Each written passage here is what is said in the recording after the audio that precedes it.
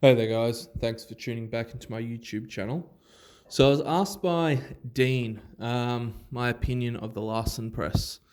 For me, it's a movement that I've used before to bring my bench press up. Um, a lot of things come down to the individual. So, for me, I find the Larsen press works really well for 6 to 8 weeks. After that, my shoulders start to get a little bit beaten up. And that's simply because I can't arch as much. So if you're laying flatter on the bench, you're going to find that your humerus is going to go into a greater degree of extension, like when you're lifting. And it's sort of that extension back, actually really shoulder extension, that is really quite hard on the shoulder. So when you have an arch, you're not in that same position because your humerus doesn't travel below the bench, like the padded surface of the bench, anywhere near as much. Now, for some people, they've got great mobility in their shoulders. It's not an issue. Other people will prefer to use something like a pin press. Pin press for me, I find if the weight goes dead on the pins, obviously it's a much harder lift. I prefer the Larsen press because I get a bit of a spring off the chest. Again, instead of me doing pin presses, I'd do something more like a foam press or a board press. Similar to an extent, reduced range of motion, but yeah, it's just personal preference. Now, the other thing, with the feet up bench or Larsen press, whatever you want to call it, you're taking leg drive out of the equation. So you learn how to really stabilize the weight a lot more with your upper back and more specifically traps. So I find for me, as long as I get tight and, retract and slightly depress my scapula, other times I just retract them without depressing them. But most of the time that gives me the foundation I need for me to complete the lift successfully. And you learn really how to hold tension in your upper body really well, as opposed to always relying on leg drive and getting tight that way. Some people go, why would you bother?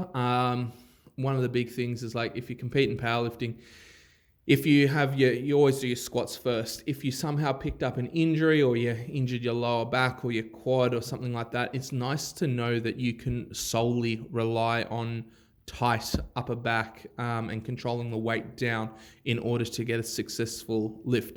Other people, if they've turned their arch into like a circus joke and they get injured, you'll find that they end up in a really bad position and they lose many kilos off their bench. So it comes down to personal preference in that regard and how technical you are with your lifting. For me, I try and just aim for good technique.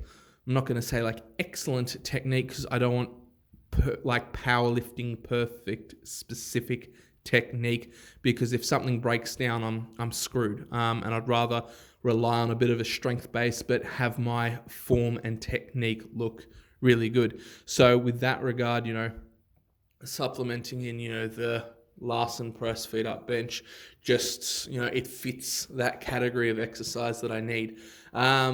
As I said, 6 to 8 weeks and my body, has had enough of it.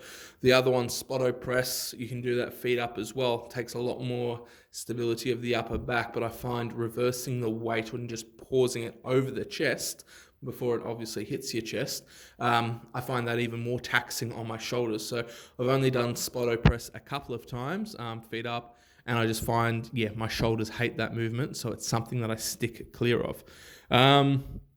As you can see, like I've hit some decent weights with feet up bench, and this was when I was prepping more for a bench only comp and didn't have to worry about my squats or deadlifts.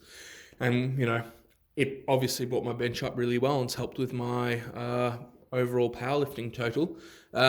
This comp prep, I don't know if I'm going to use much in the way of the Larsen press. I might a little bit, but it's going to be more the foam press and board press at this point in time because I still have a slight niggling shoulder even though I've taken a deload, and that's something I need to be conscious of. So, again, if you have any sort of shoulder issues and things like that, you're probably going to find feet up bench is not going to be great. And that's just due to, the excessive shoulder extension that you get in the movement. If you guys have any further questions, feel free to comment below. Otherwise, have a great day wherever you are.